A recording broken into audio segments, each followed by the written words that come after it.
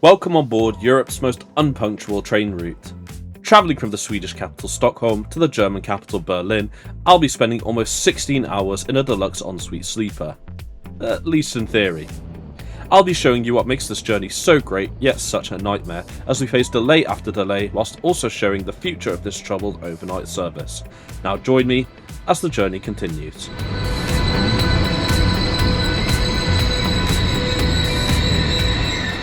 Tonight's odyssey begins at Stockholm Central, the main station serving the Swedish capital dating back to 1871 and largely features the same design from that time, albeit with a few changes over numerous refurbishments over the years. One classic example of this is the main hall, which was actually where trains used to depart from until 1925, with the main platforms sadly looking in a much sorrier state, as we'll see shortly. Nowadays, you'll find it adorned with shops, a food court, and the numerous Christmas decorations given I travelled during the festive season. Stockholm Central has a total of 19 platforms. Platforms 11 to 19, where our train will be leaving from, can be accessed on the lower levels, whilst platform 10 is accessed from the main hall here. It's no surprise that there are so many people here. Stockholm Central is Sweden's largest transport hub, handling 230,000 people daily, as well as 200 million journeys a year. It's also worth mentioning that Stockholm Central is currently undergoing another refurbishment with the aim of addressing anticipated capacity issues, expected to be completed in 2030. This can be seen from the scaffolding near state operator SJ's first class lounge, which my Deluxe sleeper ticket grants me access to. Thankfully, I wasn't making this journey on a Saturday, as the lounge is strangely closed then, as are others across major stations in Sweden. Let me know below if you know why. Normally, you enter by scanning your QR code on the reader here, however, as my ticket is a supplement with my Interrail pass, I instead had to show it to the members of staff in the lounge, who then let me through. Yes. The lounge here is definitely up there as one of the best I've tried in Europe. A lot of thought went into its design, from the privacy boost for taking personal calls, the bookshelf if you want to unwind with a good book, and of course, the food and drink available. What's more is that in addition to the coffee machine and soft drinks available, there's an iPad operated juice dispenser, which is pretty cool and something I've yet to see elsewhere in the world. Great job, SJ.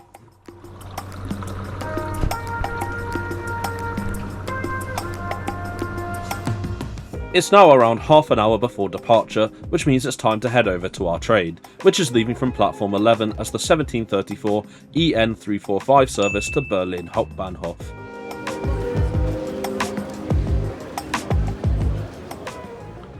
Stockholm Central is the main hub for SJ's or Swedish railway services, including their long-distance high-speed services to places such as Gothenburg, Malmö and Oslo, as well as local and regional trains with more frequent stops and slower speeds in most cases. There are also a few interlopers, including open access operators via Snabbtåg, who took over from MTRX on the Stockholm to Gothenburg route in June 2024, and Snälltåget, who principally run to Malmö but also competes with the Euronight service on the Stockholm to Berlin overnight route. The SJ Euronight initially ran between Hamburg and Stockholm from September 2022 and was later extended to Berlin in April 2023, running once per day in each direction. And speaking of which, here's our train pulling in from the depot around 15 minutes before departure. Leading is an SJ RC6 locomotive which will haul our train as far as Malmö, one of the 366 built between the 1960s and 1980s, hauling 8 carriages. The leading 3, which includes the dining car, will detach from the train at Malmö with the locomotive, whilst the rear 5 will continue on to Berlin. There's 1 seated car, 3 couchette cars and 1 sleeper car where we'll be travelling tonight, all being owned by the leasing company RDC, whose name will be more relevant as the video goes on. I do like the blue livery with the green SJ branding, which suits the coach as well in my opinion. What do you think of it? Boarding is done from one of the couchette cars, and given their age, you'll need to navigate a few steps to board, with platform and staff assistance available if required. This AB32 sleeper car features 11 cabins on board, and only 2 of them are Deluxe sleepers, where we'll be based. The Deluxe sleepers feature an ensuite toilet and shower, and are more than ideal for what should be the 15.5-hour journey to Berlin. The cabin can accommodate up to 3 people, though I've booked solo occupancy for tonight and is currently set up in day mode, with leather seats being where the bed will appear later. we're also greeted with 3 cartons of SJ branded water. Very nice. This Euronight route runs across Sweden and then into Denmark over the Öresund Bridge, before crossing into Germany after Hamburg the following morning, after which we cross northern Germany towards Hamburg ahead of the final stretch of running towards Berlin. Our train is scheduled to take 15 hours and 50 minutes to cover a distance of 1,444 kilometers or 897 miles. The key word is scheduled here. So far so good. Our departure from Stockholm is right on time at 17:34, just as the attendant came to brief me and help me get settled in with my room. Immediately after departure, we run parallel to the 1,200 metre Central Bron, or Central Bridge, with Stockholm City Hall in the background to Stockholm's southern district Södermalm, before we head underground to join the main line out of the Swedish capital.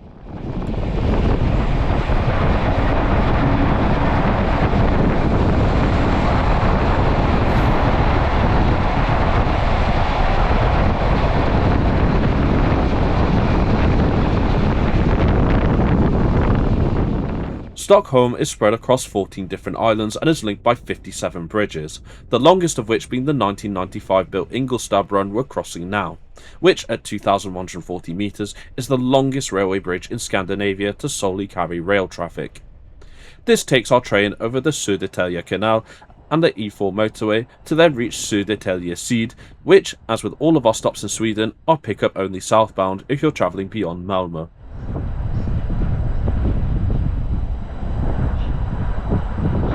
So far our journey is going smoothly, and as such it's now a good time to give you a tour of the Deluxe sleeper. As mentioned earlier, the cabin is currently set up in day mode, and lifting the base of the seats allows you to tuck them away and deploy the bed, though as an Allen key is needed to unlock the bed, we'll just leave it to the professionals. The comfort of the seats is fantastic, with amazing padding at both the base and the back. Honestly, forget the bed, I could just sleep here to be honest. The seats also have foldable armrests, not only for ease of movement, but also for when they're tucked away to deploy the bed. Speaking of the bed, where the third bunk is, you can find the bedding and pillows, as well as towels for using the onboard shower. There's also ample luggage storage here for larger items, though placing it underneath the bed if it's small enough isn't a bad idea as well. You'll also notice a pole between the two, which can be used for hanging coats and bags on a coat hanger, though there are dedicated hooks in the room if you prefer to use those. To reach the upper bunks, there's a ladder cleverly hidden away in a small compartment next to the door, which is next to the room's main light switch. There are others in the room to function the other lights such as the toilet and for calling the attendant. Also on the main control panel is a temperature controller, which is handy for Scandinavia's harsh winters.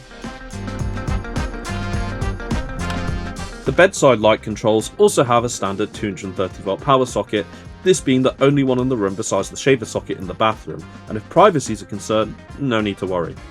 Whilst there are no Ving key cards like on the Nightjet, the doors can be locked securely from the inside, and there's even a peephole at the door to see who's knocking.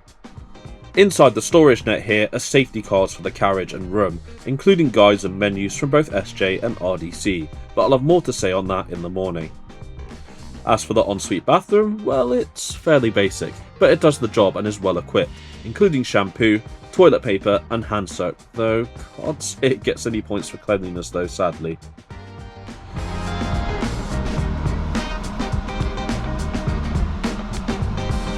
As I mentioned earlier, these carriages have open windows in addition to the temperature control, and there's a draw-down blind for additional privacy, though I kept it open for a while for obvious reasons, even if it did get quite cold. It's obvious some parts of the cabin can be better presented, especially given this is the highest offer available, but on the whole it does the job, and it's definitely relaxing here. Before long we pull into Katrineholm, where we're held a bit longer than scheduled owing to issues further down the line, though the effects of this will be more apparent later in the trip. Still, for now, it does give us the chance to appreciate the gorgeous station building, which even at night is a sight to behold. Here the main line splits. To the right is further along the Västra Stambanan or Western Main Line towards Gothenburg, whilst we head along the Southern Main Line or Södra Stambanan towards Malmö and the Danish border.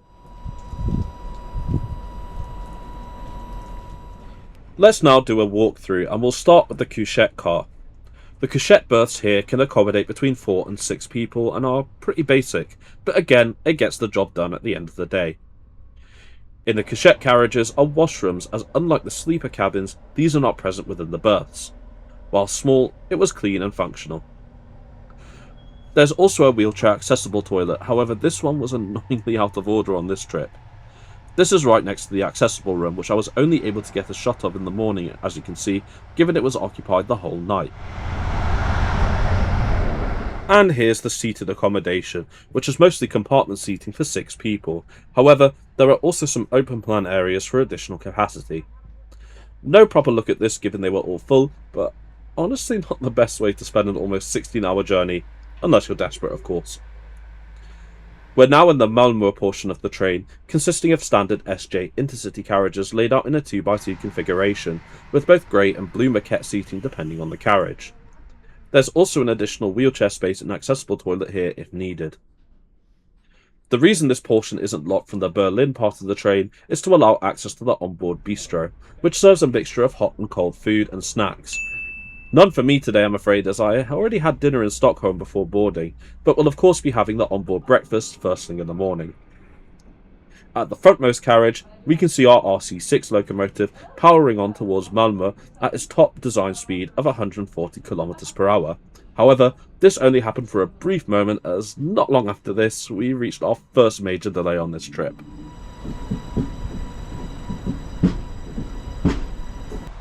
Good evening passengers, as you see we're standing still and we're waiting for 2 trains, and they are northbound trains. We're in the queue now to get into Norrköping. We're only about maybe 3 or 4 minutes away from Norrköping, and we're just waiting for those trains to get past the station. As I've repeated earlier, we're on a single track system due to an accident earlier today, which was one of the high voltage overhead cables which were broken. So we will make an update after we pass Norrköping about delays and how we plan further. As the announcements just explained, there was overhead wire damage on the Söderstambanan earlier in the afternoon, and as such only the northbound line towards Stockholm is operational for trains in both directions. As we have to wait a while for those 2 trains to pass, I just kicked back and got on with some channel work whilst I waited.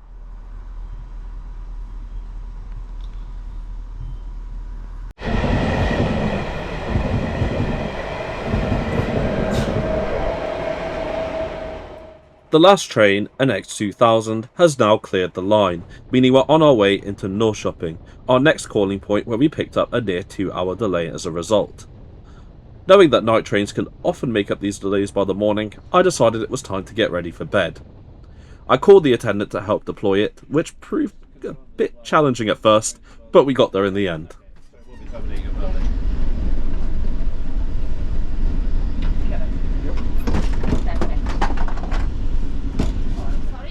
The mattress on the AB32 Deluxe sleeper is very plush, and given there are up to 3 pillows for me to use, this will no doubt give me a great night's sleep.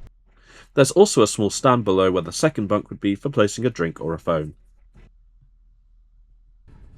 Eventually, our train calls at Nässjö at close to 11 PM, around when we should have arrived into Malmö, which was a sign for me to call it a day.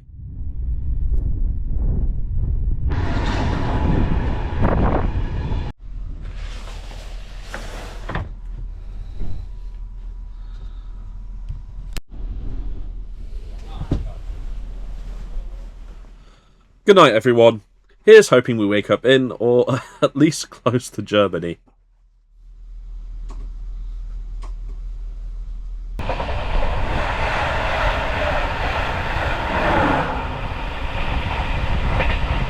Early the next morning. It's now close to 7 AM, and after probably one of the most comfortable sleeps I've ever had on the sleeper train, we're in Denmark, specifically Padborg at the Danish-German border. We were meant to arrive here at close to 4 AM, meaning we're now over 3 hours late at this stage. To be honest, that's fine by me for several reasons, the first of which we'll see shortly. At Malmö, our RC6 locomotive was swapped for a Siemens Vectron hired from Railpool, though for some reason this will not be continuing on to Germany despite the fact it's licensed to operate there, and is instead detached from our train here to head to the sidings. Meanwhile, a Class 101 locomotive owned by RDC now arrives for the last leg to Hamburg and Berlin. This locomotive was previously owned by Deutsche Bahn, however, they're progressively being phased out in favour of multiple units and newer locomotives, and as such, this particular one was sold to RDC for use on sleepers and leasing purposes, as seen here. Being located next to the German border, Hamburg consequently operates using the 15 kV AC system used in Germany, in addition to Denmark's standard 25 kV AC system, hence why the Class 101 is able to travel here. Mere moments after leaving the station, we cross the border into Germany and head straight for Hamburg and Berlin. Anyway, it's now time for me to get ready and freshen up, including having a much needed shower. Now, if you'll excuse me.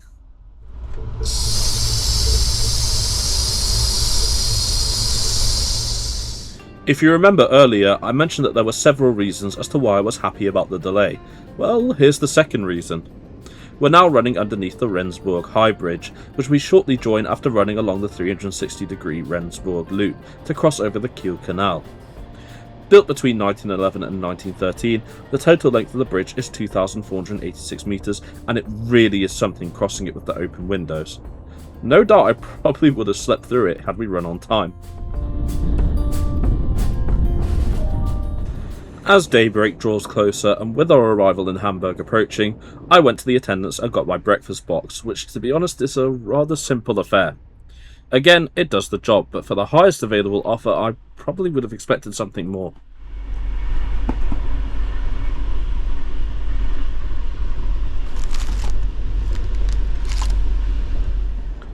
We're now approaching the Hamburg metropolitan area and past Deutsche Bahn's many workshops and depots in the area. However, shortly before arrival into Hamburg Hauptbahnhof, we again experience further delays despite the relatively smooth ride since crossing the border. Our arrival is close to 10 AM, and as such, we need to wait for the night jets from Innsbruck and Vienna to clear the station before we can make the call there ourselves. Hamburg Hauptbahnhof is a huge bottleneck on the German railway network and is arguably not suitable for the amount of traffic it receives, but that's a subject for a future video.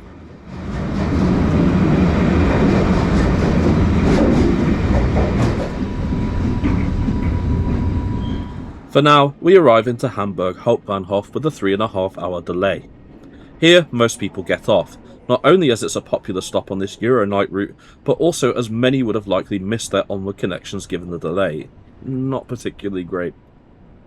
At this stage, I was actually expecting the remaining passengers, myself included, to be kicked out and transferred onto another train bound for Berlin. However, the attendants informed me that as our train is expected to make up the time on the Berlin to Hamburg railway, we'll be making the final leg to Berlin. As we cross over the River Biele and enter the railway for non-stop 160 km/h running, the top speed of the coaches, we should be reaching the German capital in just a mere few hours.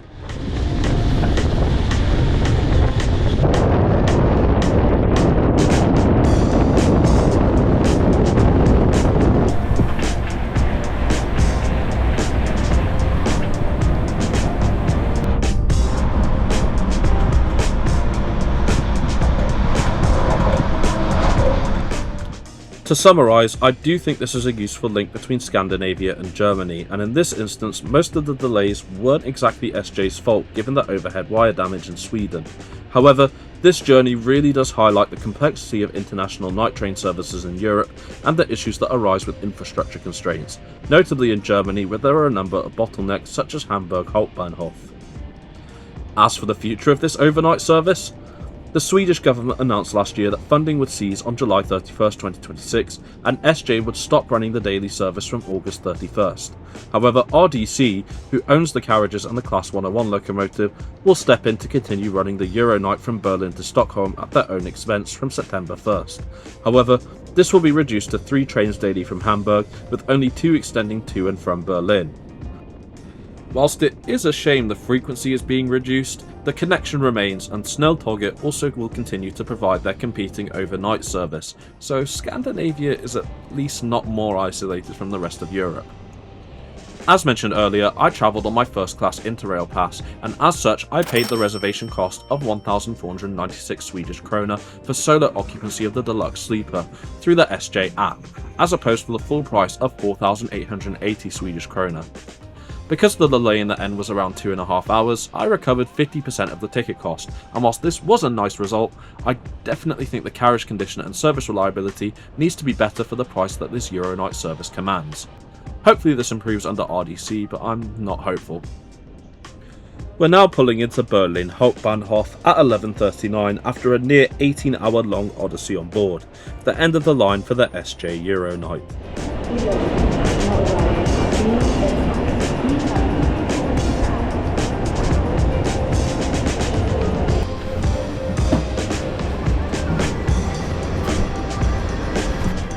Now you've heard from me, I want to hear from you. What did you think of the SJ Euronight service? Are you relieved the connection has been saved by RDC, and will you be giving it a go soon after watching this video? Let me know in the comments. I hope you've enjoyed this video. Please like, hype and share it if you did to aid the channel's growth, and don't forget to subscribe to the channel and turn on notifications for more content such as this weekly. Now I need to figure out my onward connections home given the massively late arrival, but this is Germany, so even those will likely be delayed. Thanks so much for coming with me on this trip, and I look forward to bringing you with me on my next one.